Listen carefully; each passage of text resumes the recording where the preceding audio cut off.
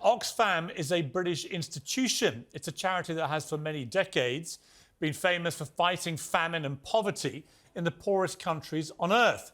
It has shops raising cash on many hundreds of British high streets and legions of volunteers working across the planet, all with the shared aim of ending poverty, which is all very laudable, but nothing much to do with Pride Month, sparking considerable confusion when they published this video. How are you marking Pride Month this year? While LGBTQIA+ people around the world are deprived of basic safety, not protected by laws, preyed on by hate groups online and offline, discriminated against at work, deprived of opportunities, and pushed to the margins. Why are they doing that? Why would Oxfam strain so hard to burnish woke virtues that have nothing to do with his actual work? A cynic might say it has a lot to do with its battered reputation. In recent years, its workers were found to have abused young girls in Haiti and Chad, then attempted to cover it up.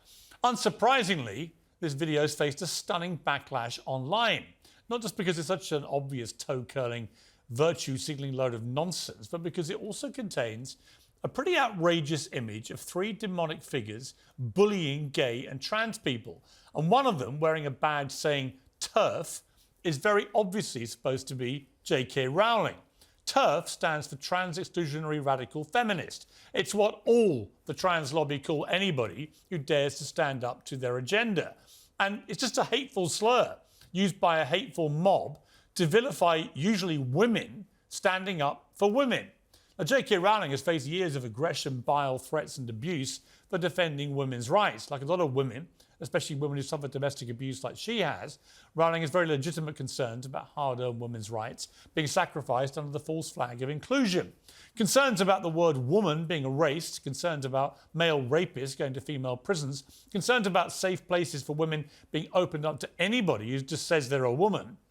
Well, fair enough, you might think. But for a charity like Oxfam to slur people like J.K. Rowling as demons for doing that is frankly appalling. And they are precisely the kind of people who work tirelessly in Oxfam shops and buy most of its products.